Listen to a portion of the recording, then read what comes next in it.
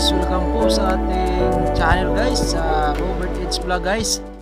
Ngayong araw po guys, magluluto po tayo ng tinulang isda guys.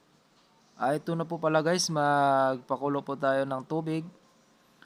At ito yung mga sangka po natin guys, sibuyas, kamatis, saka sibuyas dahon guys.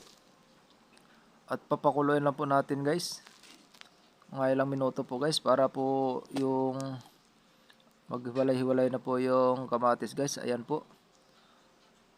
At ito na guys, tatalbog po natin yung isda. Lagay po natin silang isda guys,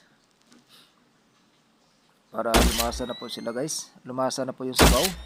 Oh, awfully nice, darling.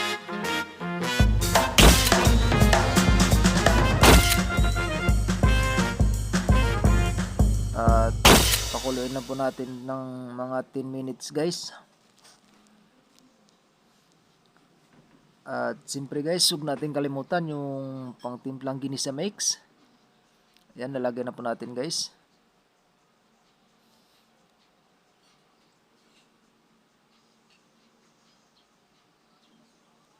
Mga few minutes guys. Ito, lalagyan pa natin ng asin.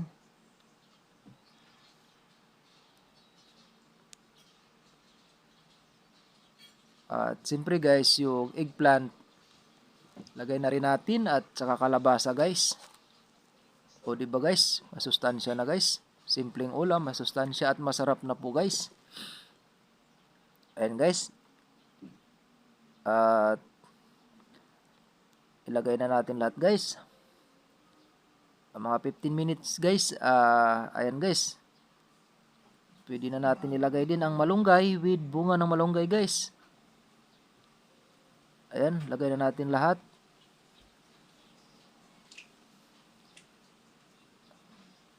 At pakuluin lang natin guys.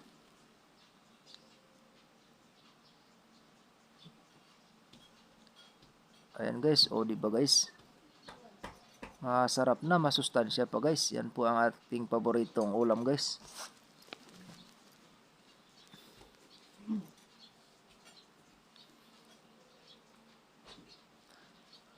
At mga maya po guys, at kumulo na guys. Ayan po guys, kulong-kulo na guys. Pwede na natin siyang hainin. At pwede na tayong kumain guys. Ayan guys, oh.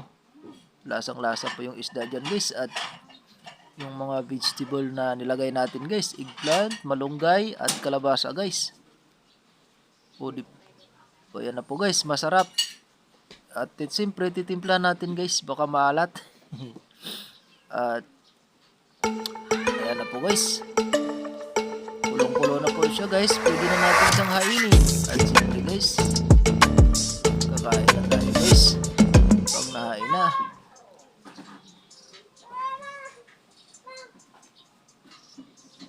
Sabaw guys, ang sarap higupin ng sabaw guys. Talagang masustansya po yung luto natin guys. At yan po guys, salamat sa ating mga followers dyan. Thank you po sa inyong lahat.